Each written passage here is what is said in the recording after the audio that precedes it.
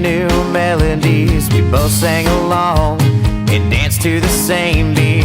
Note by note.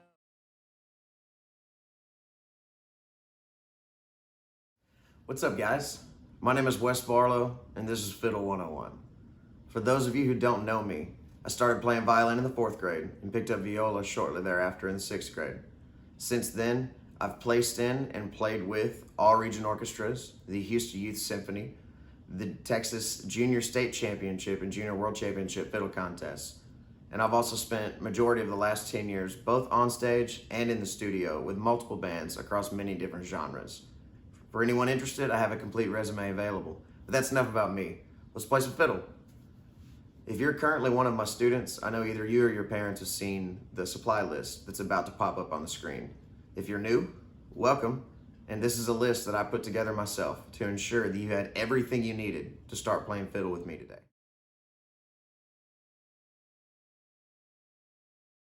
All right, so you may not be familiar with all of the terms in the supply list or know how to use them, but that's okay. We'll get there. This will be your metronome tuner. We'll go over how to use this next lesson. There's also little clip-on tuner varieties. I'll go over how to use that. And this is your rosin.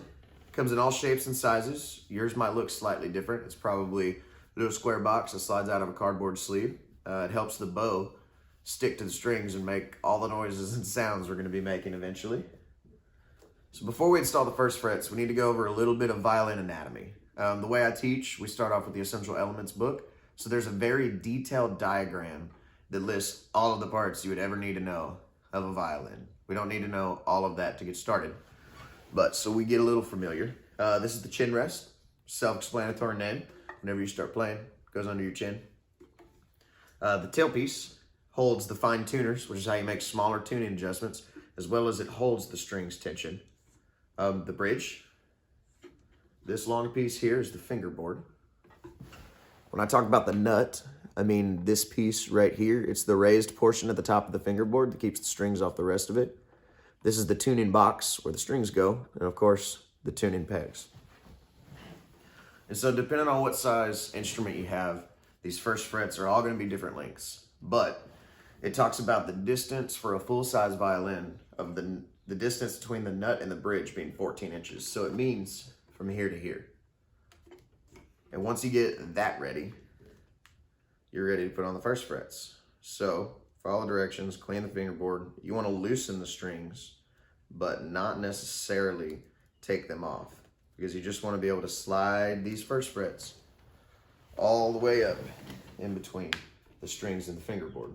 All right, so the yellow tape is going to be the first tape, but you take this, slide it all the way up to the nut at the top of the instrument, as far up as it'll go. And it's kind of tapered. There's these black lines on either side. You can tell they're supposed to be the sides of the fingerboard. So you get that and just spread it from the top to the bottom. Make sure you get a nice flat surface to adhere to, because this is going to tell you where we're going to put our fingers for the foreseeable future. And then we will be able to find all the other notes that you're going to need based off of this. So when you're done, it should look something like that. Next, we need to talk a little bit about posture. So shoulder rest. Some of them are shaped, some of them are flat. If you have a shaped one, understand that this is made to go right here to help hold your violin. So this part right here that dips down is made to go on your chest, right? So you take the back side of the violin and you put the part that's lowest closest to you. And you may need to adjust these feet out, whether it's removing these. Some of them slide, some of them you have to pull the pin out and move it. But nonetheless, get it to the size you need. Slide it on the instrument as shown. And then that's what's gonna help support your instrument, right? And so when you hold your violin, you want it to be out, not straight in front of you, not straight out to the side, kind of in the middle. And I know that this is called a chin rest, but you really use like more of your jaw to hold it. So set the instrument on your shoulder, use your chin to hold the chin rest, And then something you also want to remember is that the supporting weight for the violin isn't coming from your left hand. You're not holding it with your hand. You're holding the weight right here. And so one of my friend's instructors, when he was growing up, he said that before he even got an instrument, he got a Cracker Jack box with a ruler rubber banded to it. And as soon as he learned that his chin and shoulder held the weight of the instrument, he got to move on to the instrument. He got to eat the Cracker Jacks and get the prize out of the box.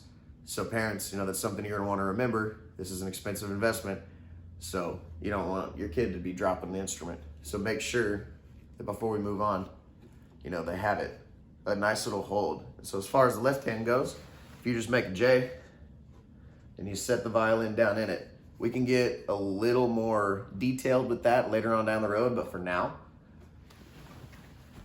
that's where we go. And when you're playing violin, if you're gonna be sitting down, you wanna sit in a chair that allows you to sit with your legs at a 90-degree angle, and you wanna sit up with your back straight.